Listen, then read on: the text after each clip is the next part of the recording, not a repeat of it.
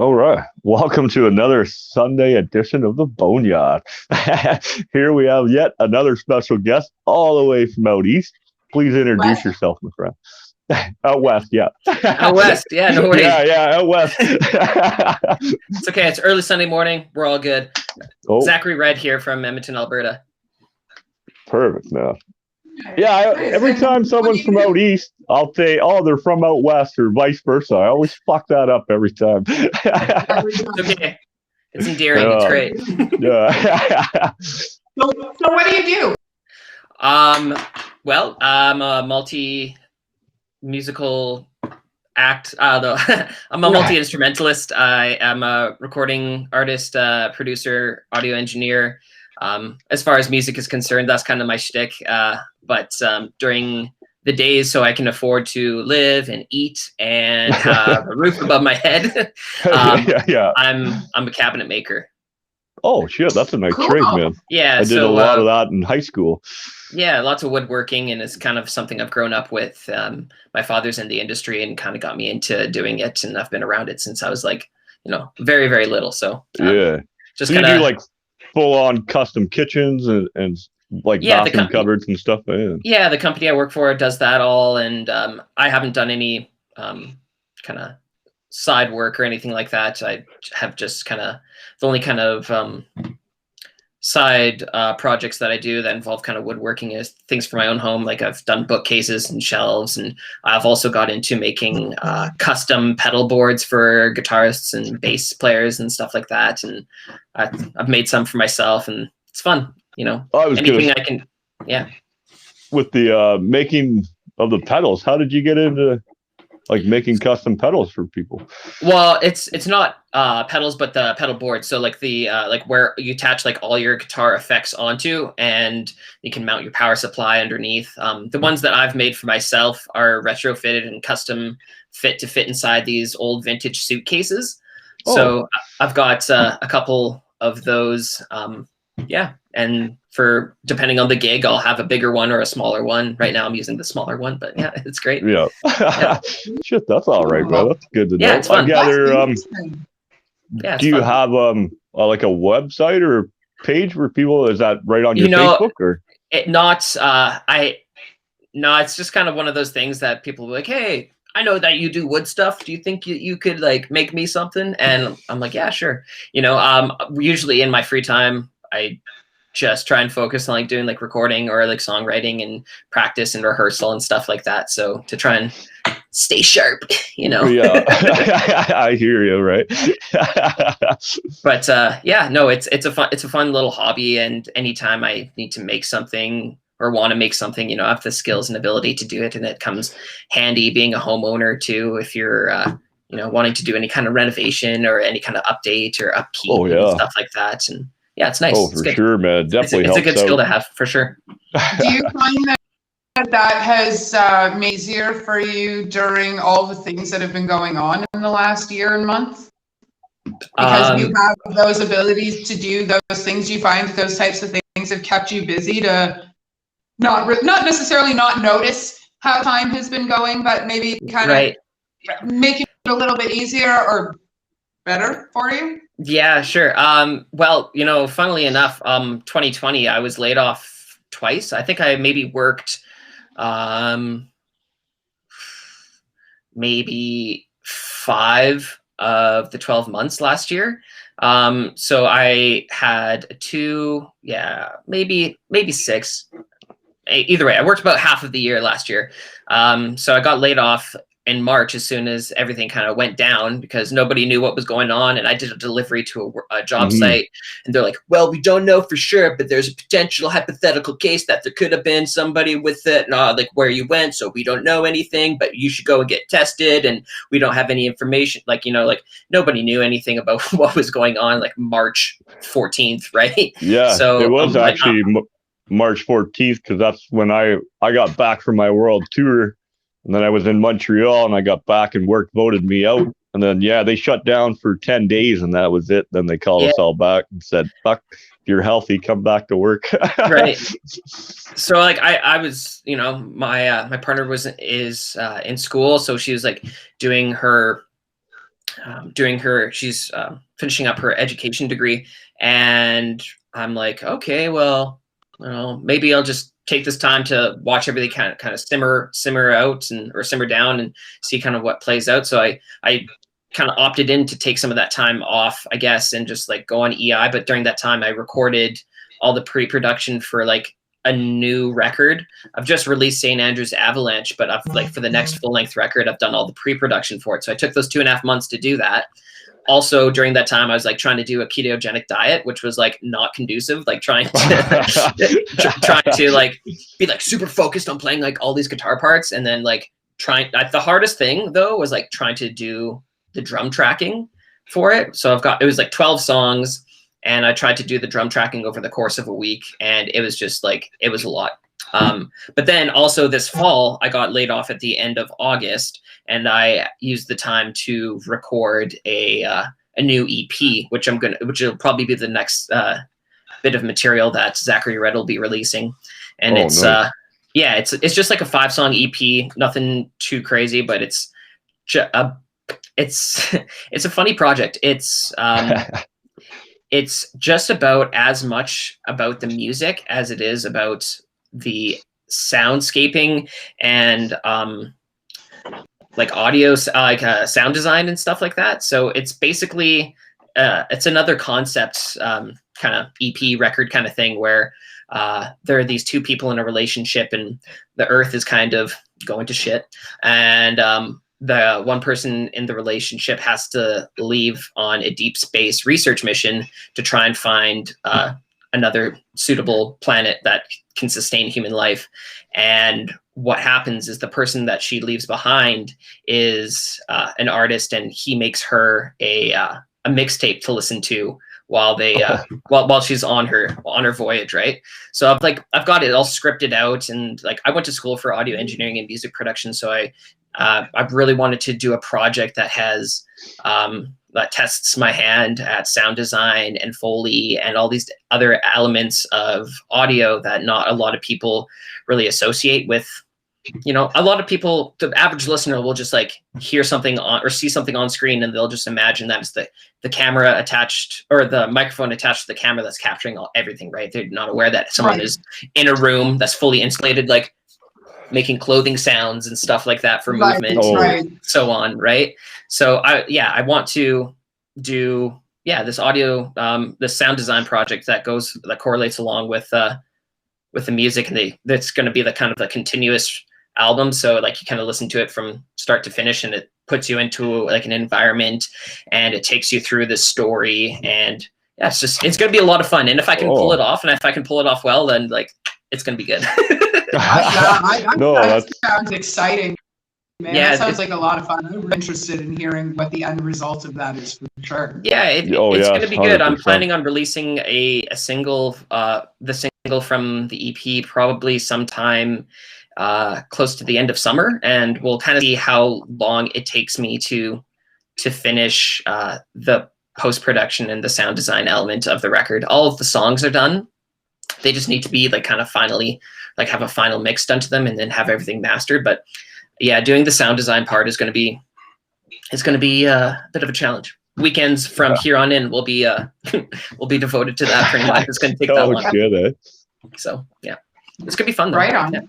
Yeah. No, that's excellent, because I've found a few bands actually are doing that concept where the whole album start to finish is whether a story or a play in a sense, or that's awesome that you're actually doing that. A lot of people, they just break down a fucking song. You get the album and it's 10 different songs. None of them go together. You know what I mean? Right. Or so. Yeah, and I mean, I've always found like with the music that I do, it really helps me kind of gives me a focus for what I want the songs to be about, or the feeling, or the vibe, or like whatever, right? Like you know, we've got this space opera kind of thing that's going to happen, and it's, you know, it's all space themed. So like I chose songs that all have some kind of tie to space or stars or moon. You know, there's all that kind of like imagery within the lyricism. And like on another record, the full length that will be released after this EP, it's basically, if you had to choose one album to take on a road trip down the West Coast, this is the one you pick. So it's like pretty surfy. It's like it's a bit more poppy, but it's still got some like solid guitar riffs, and the drumming is really fun. It's definitely the most challenging or the biggest challenge drumming that I've put upon myself so far. But it's gonna be really good too. No, and yeah, great, it's kind of it's kind of follows the concepts or the idea of like, you know, every band wants to like go down to LA and make it or something like that, right? So it's kind of like that kind of poppy, kind of surfy, kind of coastal. Yeah, in school when we had our band, our plan was, we're all gonna fucking buy this band. We're driving to LA. We're gonna be rock stars. Yeah, exactly, right. Yeah, right. We never obviously bought a van and became rock stars, but that's okay. You know, sometimes, that's another thing that I've been like really coming to terms with. Like last year, I was like, hey, guess what, man? You know, because of everything that's happening, you might not ever play a live show again. You got to be okay with that, because who knows what the world is going to look like. Mm-hmm. And like that was like a hard pill to swallow. Just like, you know, thinking about like, what if that's like actually the case? And what are you going to do? Okay, well, if you can't play shows anymore, well, that doesn't mean you have to stop doing music. Like you can still record and you can make these cool songs and you can produce the hell out of them and make them very listenable. And, you know, you've also got all these other things to make you happy, and that, you know, just like trying to also, like give myself yourself, some spend time and make videos and shit. Like, you know what I mean? Learn other skills that will get you further within the trade that we're all in on, right? Yeah, and that like last summer we did exactly that. We shot the music video for one of the singles off of St. Andrew's Avalanche called Baby's Blood, and it was all DIY. We shot it in my garage. My brother-in-law and a friend, like, you know, the three of us, and my partner too. Like, it was great.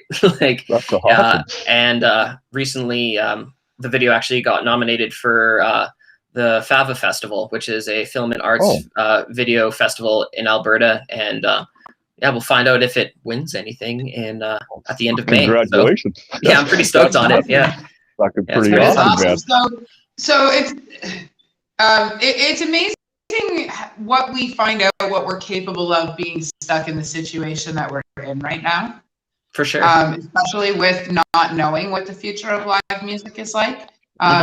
We've had a few different, actually, this is a good conversation to have. We've had a few different conversations about this, and I don't know, I kind of feel like we're going in the direction where, like TJ says, outdoor festivals are going to be the thing, but I think that I think music, as far as indoor goes, is very much going to go back underground. Yeah, house shows. And that's what it's going to be. Nobody knows until you know, type thing, you know. Exactly. What's it like there? What do you think that the future is looking like at this point for where you are? I don't know. It's I think that everyone I know that is in performance and live music, live theater, like whatever your medium is for your art, everyone's really chomping at the bit to really get back to it. But they also are being very respectful of the situation and know that it's not going to happen until we get the green light, until, like, you know, case numbers go down or whatever, until this or that happens. So, and it also is really hard too, because our province, like, you can't have anyone over to your home. Like, there's none of that, right? You can meet up with like some of your friends outside, or but that's about it. So it makes it really hard to rehearse and to work on new material. So in a lot of ways, I've kind of been blessed that way because I'm a solo artist and I play all the instruments. So if I'm doing any recording or practicing, I'm able to do that all on my own. But, you know, preparing for playing live is something that I've been able to do recently. I met up with a couple of guys who go to Grant MacEwan University downtown Edmonton, and they're in the music program there. So they have rehearsal spaces that you're able to go to, and we're over the last like month and a half, we've actually been able to rehearse together and practice a live set, which has been really, really nice. And they're excellent players, Colin Campbell and Carter Hill. They're super, super cool dudes.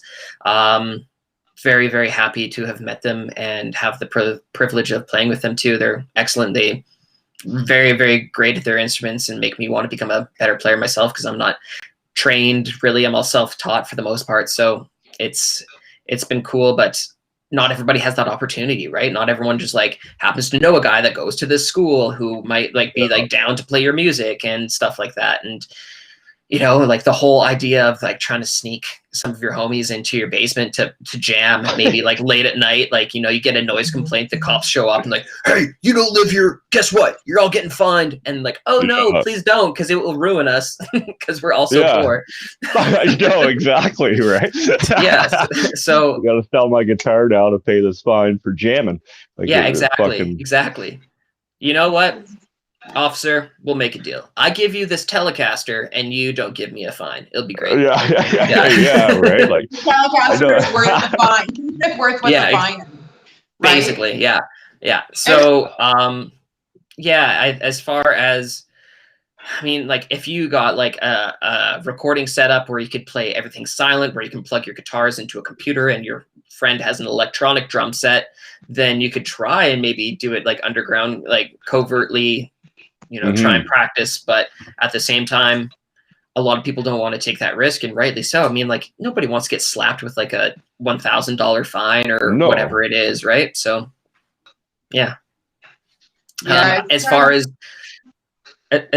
like what it's going to be like moving into the summer and live music, outdoor shows for sure. I mean, it'd be cool to like just start taking it into your own hands and doing more like kind of like street performance and stuff like that, and street side shows, or like, you know, try and get on top of a building with all your gear, do some Beatles stuff, you know, like whatever.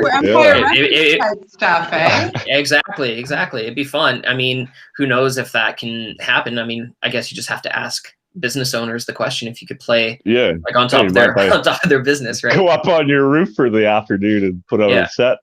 Exactly. That's a fantastic idea, though. That's a great idea. Writing that down. Yeah, if we haven't learned anything from history, I mean, like history tends to repeat itself, so why not trying to repeat some of the most iconic things in history that really maybe changed people's lives? And like, I don't know, the Beatles rooftop concerts may be one of the most iconic live performances of all time, right? So, oh yeah. Absolutely. Yeah. Definitely up there, man. It's definitely fucking up there in the top 1 or 2 for sure. Yeah. There's a few larger bands that did it in the 90s too. I want to say Chili Peppers did it. Yep. On top of Tower Records. Maybe, I don't know. I'm not a Bruce fan, but I can remember that happening.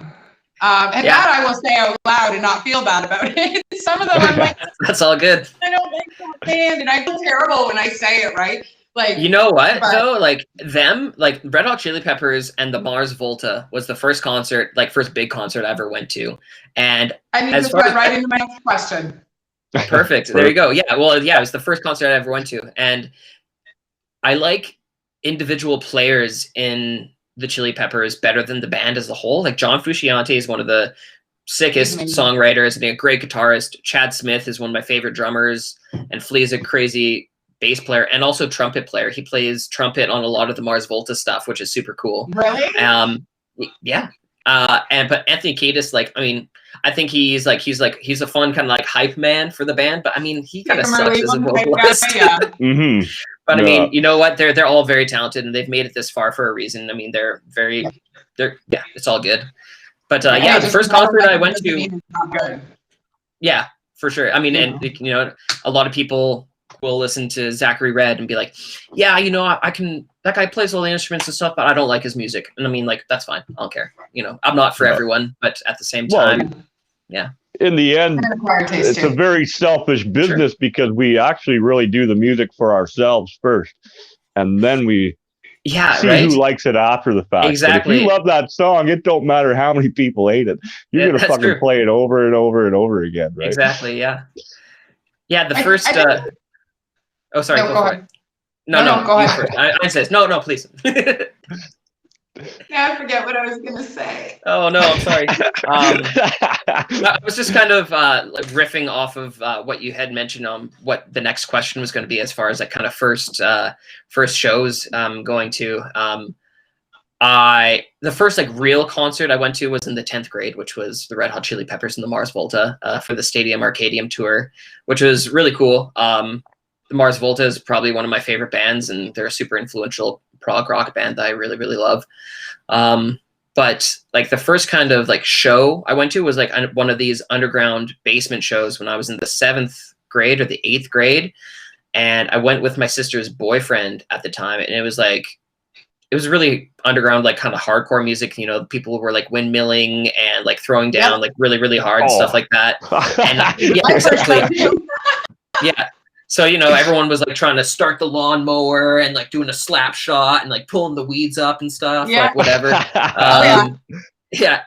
And like, you know, like all these like 20 to like 30-year-old people, like, you know, dude with a beard screaming into a microphone, and I'm just like 13. I got like red hair. I'm all kind of like goofy. I'm wearing a Led Zeppelin sweater to the show. I'm like, yeah, this is what I own as far as like band stuff goes, like band clothing. So I'll wear this to the show, and it was cool. It was really, really influential as far as a lot of like what I kind of started to listen to shortly thereafter, getting into like a lot of like heavy metal and a lot of post-hardcore music and so on. So it was really cool. And then so that would have been probably like 2003, 2004. And then in 2006, I went to Vans Warped Tour in Calgary, which was like one of the only Canadian dates for that year. And it was amazing. I was like life-changing.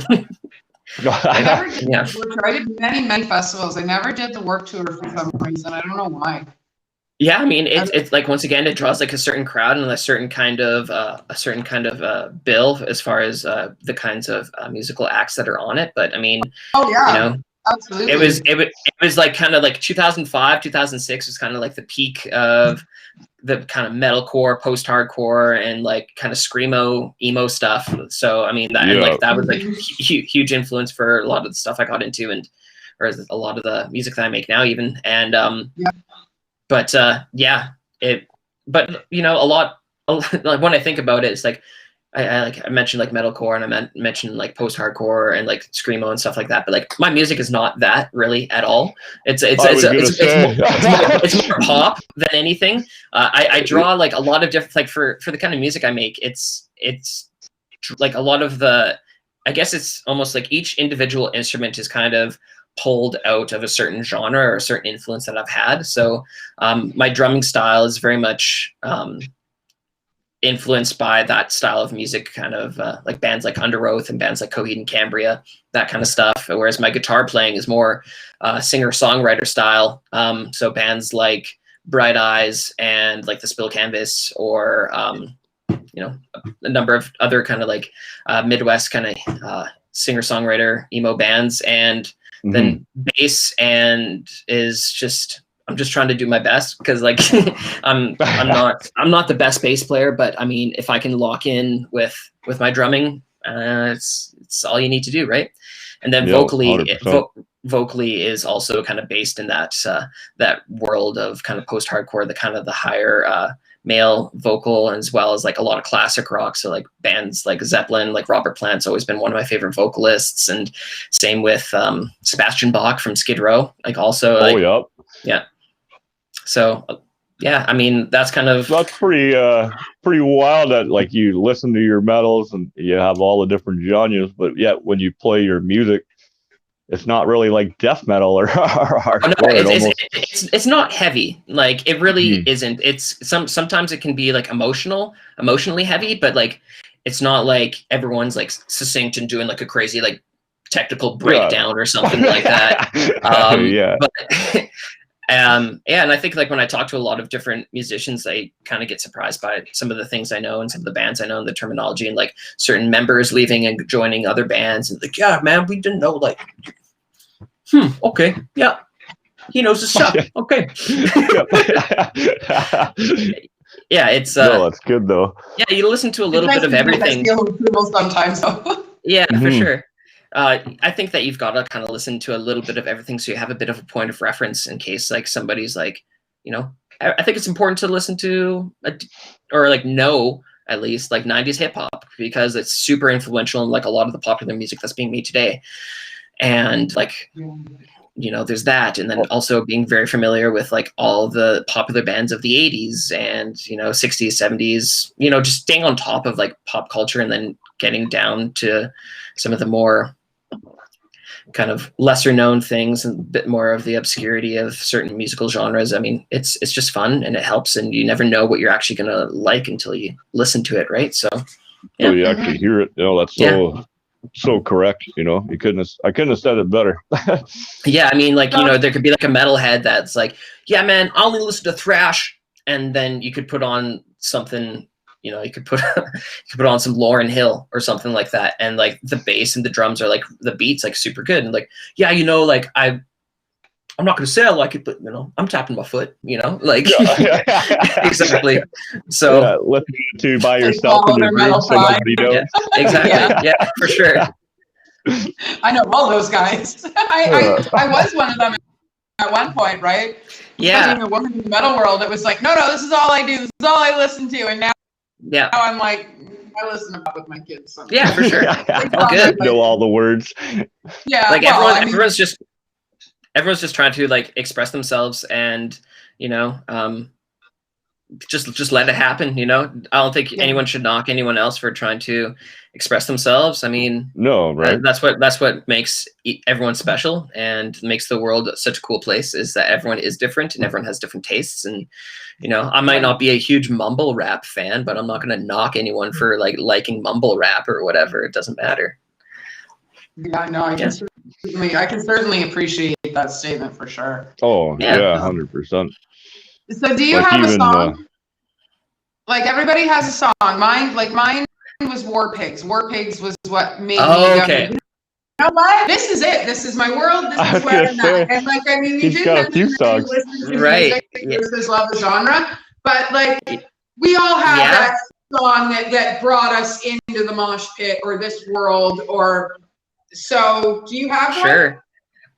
You know, I feel like I've got 3, if that's allowed. Of course. So they're all allowed.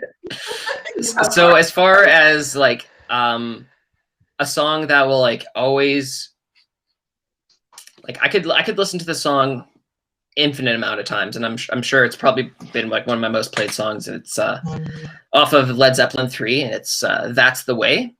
I think that lyrically and melodically, it is just a perfect song. It's so beautiful and lovely, and it's, you know, very different from a lot of Led Zeppelin's other stuff. And that's I think one of the reasons why I like Led Zeppelin 3 the most, is because it is so different, and it's, you know, more acoustic and a bit more I don't know, emotional to a certain degree, right?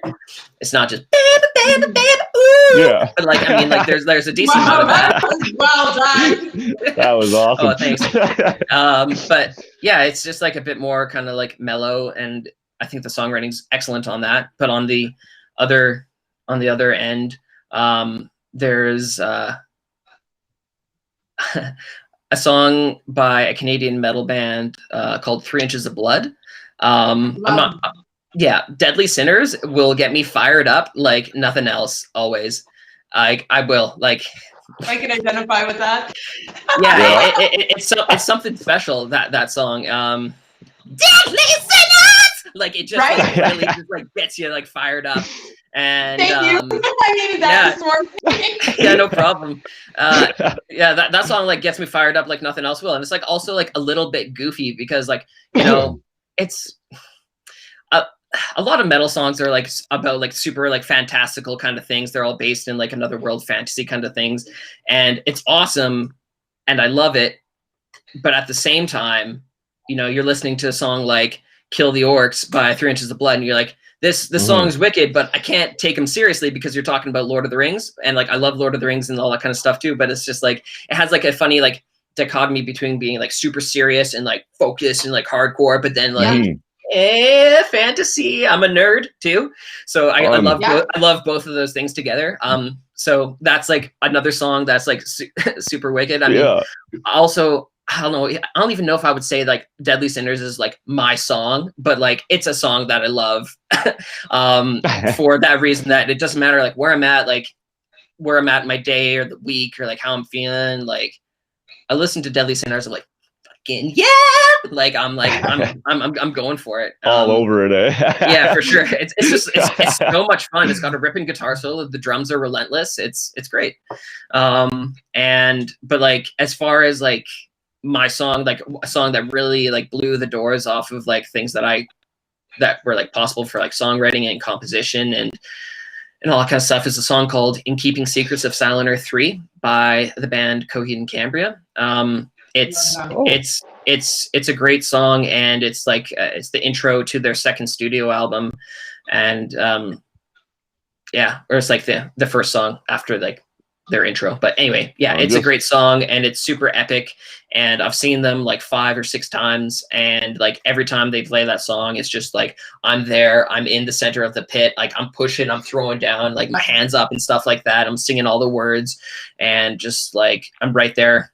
It's super epic. Just trying to Google, you mentioned Lord of the Rings with the heavy metal and stuff. I believe the guy who played Saruman, who just recently passed, he has like 4 heavy metal albums out, eh? Yeah. A lot of people don't know that. He was a huge metal fan. Yeah, he was huge in the metal and symphonic metal and stuff.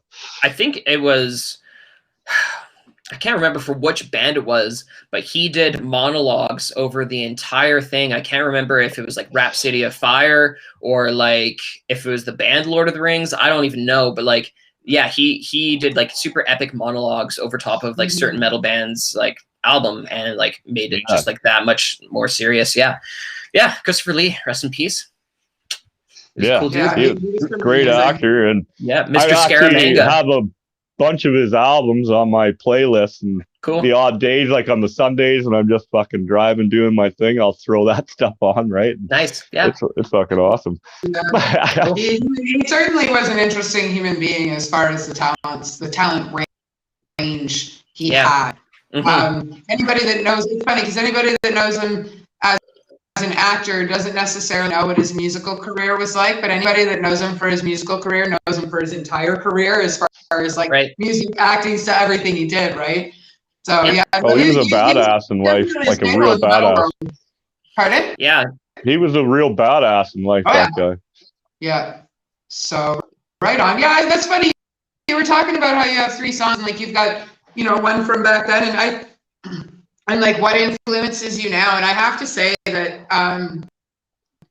My Dying Day by Johnny No Cash, you made me think of them when you said like really serious, but also really fun at the same time. They're probably them and Razor are probably my 2 favorite bands. And they you'd really like them, but they're my, I guess, theme song would probably be My Dying Day, right? That's cool that you mentioned that.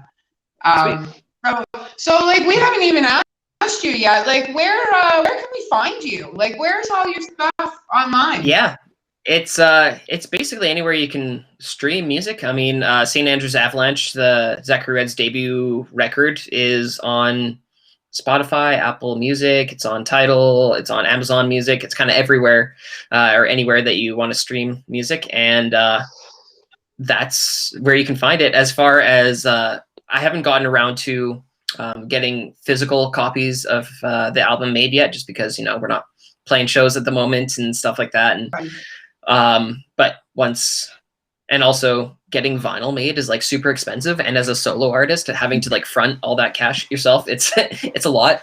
So I've been just kind of saving up to be able to do that, and once I'm able to start playing live, that'll be another investment and thing that I'll have available for fans, as well as like t-shirts and masks and all that kind of stuff. So we've talked to a lot of bands lately, and a lot of them are doing the LP tracks like special order just because they are so expensive. But yeah, it seems they're outselling CDs again. Like fucking records are making the comeback, buddy. Like, yeah, absolutely. I think it's a worthwhile investment, and if at the end of the day I'm left with like 100 copies of my album and it's like all on vinyl, I'm like, all right, well now I got Christmas gifts for like forever, like whatever planned out, right? Exactly. You have to have a big stocking, but yeah. I've given away a few books over the years. Nice, yeah. Yeah, I've given away a few books. I get that. So yeah. Right on. Well, is there anything else you want to tell the world that you haven't already told us? I don't know. As far as I could tell you a little bit about the album itself, St. Andrew's Avalanche, and give you some context to the record. It's kind of an amalgamation of actual events and some storytelling and whatnot, kind of all combined into one. So the concept of St. Andrew's Avalanche is that there is a person who is kind of fed up with the struggles and the anxieties of modern day society's kind of typical, like what your life is supposed to kind of look like. And he moves away and goes out into the wilderness, into the Canadian Rockies, to live in isolation, and goes to climb a mountain to just to test themselves, see what they have in them and what they're capable of. And while they're on this climb, they get caught in an avalanche and get buried alive. And while they're under the snow, they have their life kind of flash before their eyes, and they get to reminisce and contemplate all the things that they had kind of left behind and the relationships that kind of meant something to them. And by the end of the record, you're not like, my intention was to kind of leave the listener wondering if this person makes it out alive and goes back to what they had lost or not, or maybe they'll live forever under the snow. And so that is pretty deep. Yeah, I mean, there's a lot there to unpack, right? So the way the album's kind of laid out, you got the first 5 songs you listen to, and at the end of the 5th song, which is Sleep No More, there is a bit of a drum pattern that kind of fades into a delay, into a low frequency kind of rumble, and it emulates the sound of an avalanche happening. And so this avalanche kind of happens, and then you're left in silence. And after the 5th song on the vinyl, you would take that break, that pause, and you'd flip over the record, and then you'd start the second half of the album, which it would be their time beneath the snow. B. Side B, yeah, side B, right? yeah, Beneath the Snow. And a lot of the concept kind of comes from different parts of my past and my family's past. My brother and my father went on a backcountry ski trip together, and as my dad was kind of traversing across the face of this one slope, an avalanche was triggered above him, and he got buried alive. And my brother was actually able to follow his trajectory and was able to dig him out, but just the way, like life-changing experience for sure. And when my dad got back and he was telling me about what it was like buried alive, and like how he couldn't breathe, his mouth and his throat was like full of ice, he couldn't move as hard as he could, like there's no moving, he just felt completely helpless and trapped and alone and dark, and this is like how it all kind of ends, right? But my brother saved his life, got him out from beneath the snow, dug him out, and my brother's name is Andrew, and that's kind of why I named it St. Andrew's Avalanche. My brother also like moved away to the mountains to do his backcountry search and rescue education and get his helicopters piloting license and certification, all that kind of stuff. So, in a lot of ways, like he helped, like both of them really helped influence the the concept of this record, but then everything that's written about, and as far as the lyrics in these songs go, they're all my personal experiences. So it's kind of like the three of us all kind of woven in together, collaborating together, our stories kind of intersecting to create this this narrative. And then on top of that, also, I've got a friend who does spoken word poetry, and she's an amazing writer. Her name is Emily Kitteringham, and a number of her poems are interwoven across the album. I think she's featured on like 5 of the 10 songs, and she it's almost like her poetry is the other side of the narrative. So, you know, this person beneath the snow is thinking about these people that they had left behind, but the voice inside their head is maybe her poetry, and like her voice essentially might be the thing that draws them out and gives them the will to survive, kind of thing. And that is fucking really deep, bud. Yeah, that's the album. That's kind of what it's all about. So it's another one of those kind of records where it's fun to listen to it all the way through. It kind of gives you some context and kind of gives you, take 45 minutes and just kind of be immersed in some art and a story, and that's what it is. That's St. Andrew's Avalanche. I absolutely love hearing how people's albums come together, because you never know when things like that are going to come out of people's mouths. No, right? That absolutely was. I don't even really know how to describe what that was as far as the story goes. That was pretty interesting, and it makes it even more meaningful that it's something that actually happened. Not just happened, but it happened in your life, right? Yeah, it was pretty crazy moment in time where I'm like, oh, this thing happened, and I could have just like never seen my dad again. And also could have happened to my brother, could have happened to both of them, the 2 most important men in my life, right? Mm-hmm. So, yeah. Crazy times. Yeah. Well, yeah. You usually hear stories like that, and you don't hear the continuation of, but no, they both got out alive. Mm-hmm. With something like that. So that's something to hold on to. That's pretty crazy. That's I imagine it makes it one hell of an album too. Yeah, I mean, it definitely gives it a bit more of an emotional charge, and kind of gets my goal was to get the listener more invested in it. And like, I haven't had a lot of chances to speak to like what the record's like fully about to the full extent of it. So this is like maybe one of the first times I've been able to actually like talk through it all and explain where all these different influences kind of come from. But yeah, I mean, that is it. Well, I'm honored you were able to speak freely with us today, man. Yeah, same here. That's amazing. Absolutely. It's been one hell of a time, and on that note, we're shortly coming up to the end of the time. Okay, cool. So yeah, sorry, go ahead. Oh yeah, no worries. Yeah, if anyone wants to follow me, keep up to date with what Zachary Red has going on, albums to come, videos to come, you can find me on all my social media as Zachary Red Official. So Zachary Red Official on Instagram and on Facebook. You can follow me there, and also have a music video on YouTube for our single Baby's Blood, which is just Zachary Red, Baby's Blood. The video will pop up. And you can find St. Andrew's Avalanche available for streaming on any of your preferred streaming services. So, yeah. Awesome. Right on. Well, on that note, can you send me all those links so that I can add them to the title of this? For sure. I was going to say, we'll have to get the links off here so we can throw it in and make sure they're up on the title, so people, when they're watching, they can click on it after or before and check it all out. Right? Absolutely. All right. Right on. Well, I'm going to kick everybody else out, and we're going to keep you to ourselves for a few minutes before we all move on to our day. And sounds good. Thanks. That was a fantastic morning.